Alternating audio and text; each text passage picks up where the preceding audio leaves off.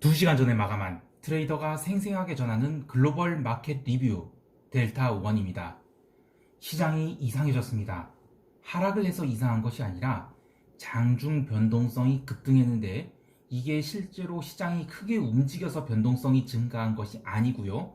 리스크 오프가 갑자기 나타나서 발생한 점진적인 변동성 증가입니다. 아니, 무슨 갑작스러운 이벤트가 있는 것일까요? 아니면 주말에 무슨 일이 있으려는 것일까요? 그나마 코스피 만기는 잘 넘어갔지만 채권 시장도 다시 살아나고 무엇보다도 변동성 선물이 올라서 변동성 현물도 올라간 것, 요것이 가장 큰 우려가 되겠습니다. 일단 아시아 시장부터 들어가 보시죠. 오늘은 코스피 옵션 만기일이었습니다. 전일 콜 335 고평가 현상이 엄청 신경 쓰였는데 야간 선물에서 확 밟아놨죠. 그러나 어제 막판에 미국 지수들이 종가 고가 마감을 해버리면서 오늘 코스피 시가가 어떻게 나올지 궁금했는데요. 야, 참 재밌었습니다. 제가 이런 거 보면 기관들이 좀 부럽더라고요. 무슨 이야기냐면 아침에 시가 이후에 바로 현물을 비차익으로 빠르게 매도하면서 콜옵션을 밟아버렸습니다. 아, 이놈 시키들. 도이치증권 요구하지 마라. 응? 너네들도 똑같이 시장 갖고 장난치는데 참. 만약 이렇게 밀지 않았다면 기관들은 이 콜옵션 고평가 현상으로 하루 종일 좀 짜증났을 것입니다. 오늘도 여전히 외국인 현선물 매수세가 동반해서 들어왔기 때문에 시장에 매수세가 살아있는 상황에서 콜옵션을 누리지 않는다면, 즉 저렴한 가격으로 콜옵션을 보유하기 위해서라도 시초가의 콜옵션을 빼놔야 되는 거였습니다. 아, 그런데 장 시작하고 나서 딱 5분 지나자 개인들이 여전히 고평가되어 있는 그 콜옵션과 풋옵션을 15,000계약 이상 대량 매수해버립니다. 아이고, 어떻게 5분 만에 이렇게 옵션을 막 쳐사들어야 되나? 응? 이렇게 되면 오늘 332가 됐든 332 됐든 양매도장이 될 수밖에 없는데, 역시 처음에는 330 양매도를 주는 듯 하다가 오후장에 잠시 급등을 주면서 콜 330을 크게 띄워버립니다. 그러나 그 페이크에 개인들이 또 풋을 손절하고 콜로 따라붙었죠. 그러자 이번에는 3시 땡 치자마자 15분 만에 330 콜옵션을 휴지로 만들어버립니다. 이렇게 철저하게 개인들이 옵션 포지션을 박살낼 수 있었던 이유는 외국인과 기관은 현물 바스켓을 자신들이 옵션 포지션에 맞게 매수와 매도를 할 수 있기 때문이고, 개인은 그렇게 현물 시세를 조정할 수가 없죠. 그래서 이 파생 상품 시장 그 자체만 놓고 보면 개인들이 무조건 불리합니다. 특히 개인들이 만기 결제 받겠다고 해서 뭐 옵션을 마지막에 장마감 직전에 사서 결제받는 행위는 뭐 도박으로서의 흥분은 전달해 줄 수 있겠지만 그 자체가 전혀 의미 있는 트레이딩이 되지는 못합니다. 어디 레코드로 낼 수도 없고요. 예. 그러나 입장을 바꿔서 이 외국인과 기관의 관점에서는 옵션 포지션에 맞게 현물 바스켓을 사고 파는 게 아니라 현물 포트폴리오를 보호하거나 조정할 필요가 있을 때 옵션 거래를 적극적으로 하는 것이고, 특히 만기일에는 적은 비용으로 큰 효과를 얻을 수 있기 때문에 옵션을 더욱 적극적으로 활용하는 것인데, 사실 그게 바로 옵션 시장의 존재 목적, 즉 현물 포트폴리오의 해지이기 때문에 기관과 외국인을 또 욕할 수가 없어요. 다만 그러한 시장이 본질을 안다면 소중한 개인이 자산을 뭐 옵션 베팅 이런 불확실성에 노출시키는 건 하면 안 되겠죠. 예. 자, 지금까지 이야기한 내용이 너무 어렵나요? 한 문장으로 요약을 해볼게요. 오늘 시장의 이해관계자였던 셋이 있죠. 기관, 외국인, 개인. 기관은 장 초반 무리해서 주식을 좀 팔아서 콜옵션 고평가 현상을 해소했고요. 개인은 바보같이 양 옵션을 5분 만에 대량 매수해서 하루 종일 기관들에게 옵션 시장에서 잃은 돈을 갖다 줬고요. 또 외국인은 어제 이어서 주식을 매수해야 되는데 현선물 동반 매수를 했지만 아침에는 좀 템포를 죽이고 오후 1시부터 2시간 동안 3시까지 매수를 했다가 막판에 일부를 빠르게 던지면서 개인들에게 합성선물 매수 포지션을 잔뜩 안겨주고, 그리고 나서 동시효과에 다시 샀죠. 그런데 합성선물 매도 포지션과 그리고 기관이 어떤 포지션 조정이 있어서 결국에는 외국인은 자기가 목적한 선물과 현물을 매수하는 건 달성하면서 지수는 아래로 밀어서 주식을 싸게 담는 그런 목적도 다 수행하는 셈입니다. 아무튼 이래서 개인은 이 파생상품을 투기 거래로 하는 것이 대단히 불리합니다. 특히 계좌의 규모가 커지면 커질수록 우리가 현물을 조종할 수 없는데 이 좁은 파생시장 바닥에서 점점 규모가 크게 트레이딩하면 자신의 존재가 다 드러나게 되죠. 그리고 현물을 쓸 수 없기 때문에 한쪽 팔 갖고만 싸우는 겁니다. 그러면 정말 불리한 겁니다. 그래서 항상 현물을 보조하는 역할로 파생상품을 이용하는 것으로 생각해야 되고, 또 시장을 해석하는 것도 기관이나 외국인이나 어떻게 현물을 어떤 식으로 현물 포트폴리오를 어떤 식으로 옵션 시장으로 보호를 하는지, 그래서 그런 것을 관점으로 이제 파생 시장을 분석해야지 그냥 매번 개인을 호구잡이 만든다 또는 외국인이 시장을 조종한다 이렇게 생각하지 마셔야 된다는 겁니다. 그리고 개인은 파생 시장 그 자체를 가지고 돈 버는 것은 반드시 한계가 있다는 것을 잊지 말아야겠습니다. 자, 이제 유럽 세션 가보겠습니다. 유럽은 아시아 세션 시작하면서부터 갭다운 출발을 했는데요.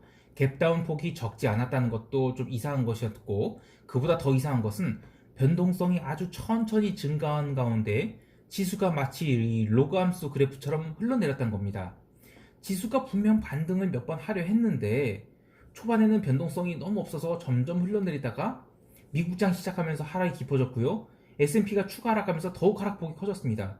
특히 미국장이 여러 번 반등을 그래도 시도를 했거든요. 그런데 유럽은 전혀 반등을 하지 못했어요.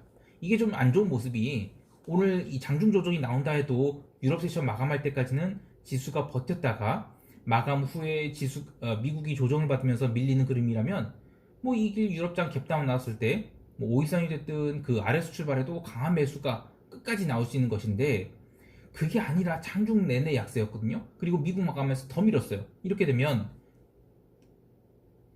내일도 장중에 더 깊은 조정을 줄 수 있다는 거고요. 그리고 또 주말을 앞두고 리스크 온을 하기에는 부담스러운 상황이기 때문에 이 첫 5일선에 도달하긴 했지만 섣불리 매수할 수가 없게 됐어요. 사실 모든 조건을 만족시킨 상황에서 포지션을 잡기는 되게 힘듭니다. 그렇기 때문에 리스크의 요인별 영향을 점검을 해서, 그러니까 이러한 요인은 어느 정도 리스크가 있고 또 이러한 요인은 리스크가 생각보다 적다. 그러면 여러 가지 그런 요인들을 분석해서 리스크가 적을 때는 그냥 나머지 리스크를 감안하고 포지션을 잡아야겠죠. 그런데 내일 같은 경우에는 이 유럽장 초반에 일단은 높은 확률로 조정이 나오게 됩니다. 그리고 마감만큼은 위로 당긴다 하더라도 종가 고가로 주봉을 쫙 양봉으로 만드는 요건 또 쉽지 않아 보여요. 그래서 이제 아래쪽으로는 주봉이 시가가 있으니까 아래쪽으로는 분명히 제한이 있기 때문에 하락폭은 아주 크진 않을 것 같긴 한데, 그런데 위로 올라가는 것도 한계가 있어 보인단 말이에요. 그래서 그리고 또 하나, 채권 가격이 지금 계속 과한 춤을 추고 있어요. 사실 미국 국채가 이제 반등한 게 이따 얘기하긴 하지만 이걸 좋다고 할 수도 없거든요.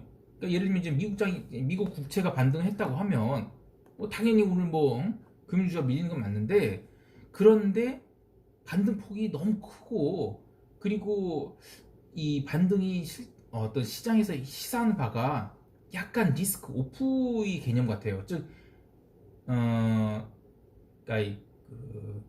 코로나 때문에 이제 코로나가 더 심해졌기 때문에 이제 반등을 했다. 이 논리가 사실 딱 맞는 논리는 아니거든요. 근데 어쨌든 간에 리스크 오프 같아요. 그래서 좀 조심을 해드리겠습니다. 자, 또 이제 무슨 얘기를, 유로화 얘기 되네요. 유로화는 이제 오늘은 이 전일의 하락분을 싹 만회한 상승이 나왔죠. 사실 어제가 무슨 달러가 강세했고 유로화가 약세된 게 리스크 오프라고 했는데 그렇지 않아요. 오늘이 더 실질적으로는 더 오늘 리스크 오프인데, 오늘 그러면 왜 유로화가 반등을 했느냐? 어제 트레이더의 관점에서 보면 그냥 현물 해저들이 유로화 1.18을 갖고 밀었다는 겁니다. 그런데 오늘은 반대로 매수자가 1.18 위로 보내려고 현물 해지 매수가 굉장히 많이 들어왔어요. 그러니까 어제랑 오늘이랑 좀 현물 트레이더들이 좀 방향이 서로 윈윈하는 방향이 달랐다. 그렇게만 보면 될 것입니다. 그리고 오늘 비달러 바스켓 중 유로화가 강세를 보일 때 나머지 비달러들은 전부 다 약세였어요. 그러니까 어떻게 보면 비달러들이 어제 오늘에서 슈팅을 주고 꺾인 게 아닌가, 그렇게 생각합니다. 그러면 사실 이것도 리스크 오프죠. 리스크 온이 아니에요. 좀 위험하다는 겁니다, 시장이. 자, 그리고 이제 사실상 이 첫 백신 임상 성공이라는 뉴스가 나왔는데, 지금 제대로 된 그 대형 회사에서 첫 성공이 뭐 성공이라고도 할 수 있는 거죠. 그러나 이제 뭐 그 나머지 문제들 뭐 예를 들면 디스트리뷰션 문제라든지 뭐 이런 것들 때문에 또는 뭐 보관 이런 것들 그런 문제 때문에 이제 시장이 다시 약간 언와인딩이 나오려고 하고 있어요. 그래서 이번 성공 뉴스 나와서 나타난 현상들, 그러니까 비달러 초강세, 굴뚝 주식 개폭등, 유럽 주식 폭등, 나스닥 조정, 채권 급락 이런 현상들이 하나둘 다 되돌림이 나온다고 하면 이런 되돌림이 어느 순간 가속도가 붙게 되잖아요. 그러면 이번 상승 자체가 다 도루묵이 됩니다. 그리고 그렇게 되면 순간 급락으로 전환될 텐데 그 급락폭이 굉장히 클 수가 있어요. 물론 아직 급락 아니에요. 그런데 변동성 자체가 증가하고 있다는 것은 경계를 해야 될 일이죠. 자, 그래서 유럽 시장도 일단은 소극적으로 대응해야 되지 않을까 싶어요. 물론 이제 뭐 에펠탑 모양으로 이렇게 쫙 올라갔던 걸 다시 쫙 이렇게 내려가지는 않을 거라고 봐요. 그런데 어쨌든 경계를 좀 해야 되고요. 발표된 경제 지표로는 유로존 9월 산업 생산이 있었는데 뭐 당연히 뭐 코로나 때문에 컨센서스 대비로도 그리고 전월 대비로도 나쁘게 나왔습니다만 뭐 그것 때문에 시장이 부러지거나 뭐 유로화가 약세되지는 않았습니다. 오히려 유로화는 계속 강세였어요. 그 미국 세션 1시간 전에 발표된 미국이 주간 신규 실업수당 청구 건수는 뭐 적당히 잘 나왔어요. 뭐 초 서프라이즈는 아니었고 70만 9천 명인데 어쨌든 계속 줄어드는 추세로 나왔죠. 그래서 시장에 악영향은 없었습니다. 이제 미국 세션 볼게요.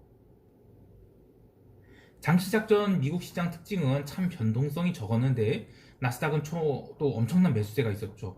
오전장에 정말 강세였는데 S&P가 계속 약한 가운데 이 파워미터가 90을 계속 넘어서는 등 어떻게든 올라가려고 노력은 했어요. 그런데 매도자도 만만치 않았습니다. 또 매도가 시장을 장악하면서 쭉 추세로 매도 때린 건 아니라 그냥 올라오면 때리고 올라오면 때리고 그런데 나스닥은 매수세가 조금 더 강했기 때문에 이 상방향으로 이제는 그 웨지 패턴이 나왔고 사다리 패턴이 나왔죠. 그리고 S&P는 하락 쪽으로 이제 패턴이 나왔습니다. 그래서 어쨌든 간에 그 나스닥이 훨씬 더 강했다 초반에는 물론 마감 때도 강했는데 그런데 변동성은 시장 하락하는 모습과 좀 다르게 움직였습니다. 변동성은 그냥 그 자체로 증가를 했어요. 리니어하게요. 그렇게 변동성이 증가한 모습은 되게 안 좋은 모습이 되었습니다. 그래서 미국도 그렇게 좋다고 할 수는 없고요. 미국 그 뉴스 헤드라인이 그 코로나 확진자 수 신고가 때문이라고 하는데 그냥 저는 백신 뉴스에 흥분한 것이 가라앉고 있는데 가라앉는 정도가 아니라 좀 의심이 싹이 좀 과하게 트는 것이 아니냐. 그래서 경계를 해야 될 것 같아요. 물론 아까 얘기했지만 내일 바로 부러지지는 않을 거예요. 근데 내일까지는 그냥 그런저런 흐름이 이어지다가 다음 주에 어떤 고점에서 횡보하는 그런 흐름이 나오는 게 아니라 그러니까 뭐 하루는 양봉 나오고 하루는 음봉 나오고 이런 그런 흐름이 아니라 점점 하락세가 커지잖아요. 그러면 시장 좀 위험하다고 봐야 될 것 같아요. 근데 어쨌든 간에 지금은 뭐 일단 경계만 하자 그 정도입니다. 채권 시장도 아까 코로나 때문에 급등을 했다고 하는데 저는 그냥 과하게 채권이 스트레이트로 내려왔고 심지어 어제 그저께인가요? 그 베테랑스 데이 때 아시아 세션에서 채권 시장이 언더슈팅을 했잖아요. 그것에 대한 뭐 되돌림 반등 그 정도라고 보고요. 그리고 시장이 불확실하다는 입장 때문에 반등했고 기름 시장은 유로화 반등 나오면서 계속 강세를 보였는데 이 원유 재고가 예상치보다 훨씬 많이 나왔죠. 그래서 상승분을 싹 반납하고 마감했습니다. 계속 얘기하지만 이 원유는 하여튼 42불 이상으로 올라오려고 하면 해저들이 계속 매도를 쳐요. 참 그래서 매매하기가 어렵습니다.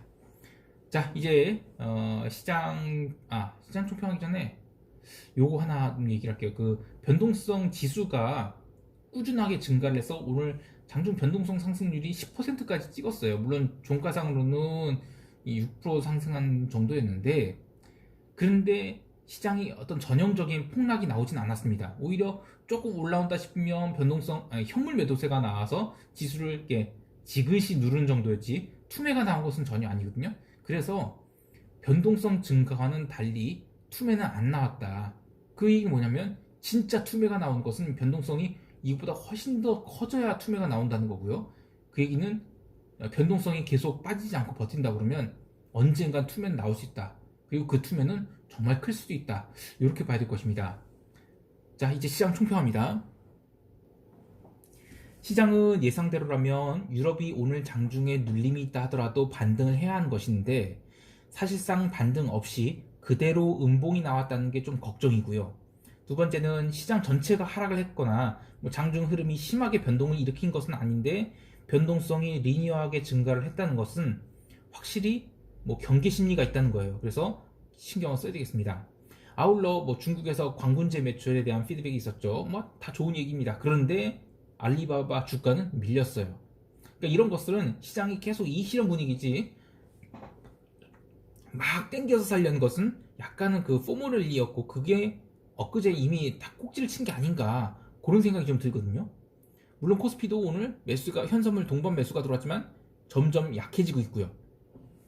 자, 그래서 아까 얘기한 무슨 에펠탑처럼 뾰족한 봉 하나 세우고 다시 다 도루묵칠 것 같진 않아요, 아직은. 그런데 만약에 다음 주에 그런 식으로 점진적으로 하락세가 커진다고 하면 이번에 하락하는 건 아주 진짜거든요. 그래서 그때는 늦더라도 적극적인 해지를 해야 됩니다. 근데 아직은 저는 돈 들어가면서까지 해지를 하고 싶진 않습니다.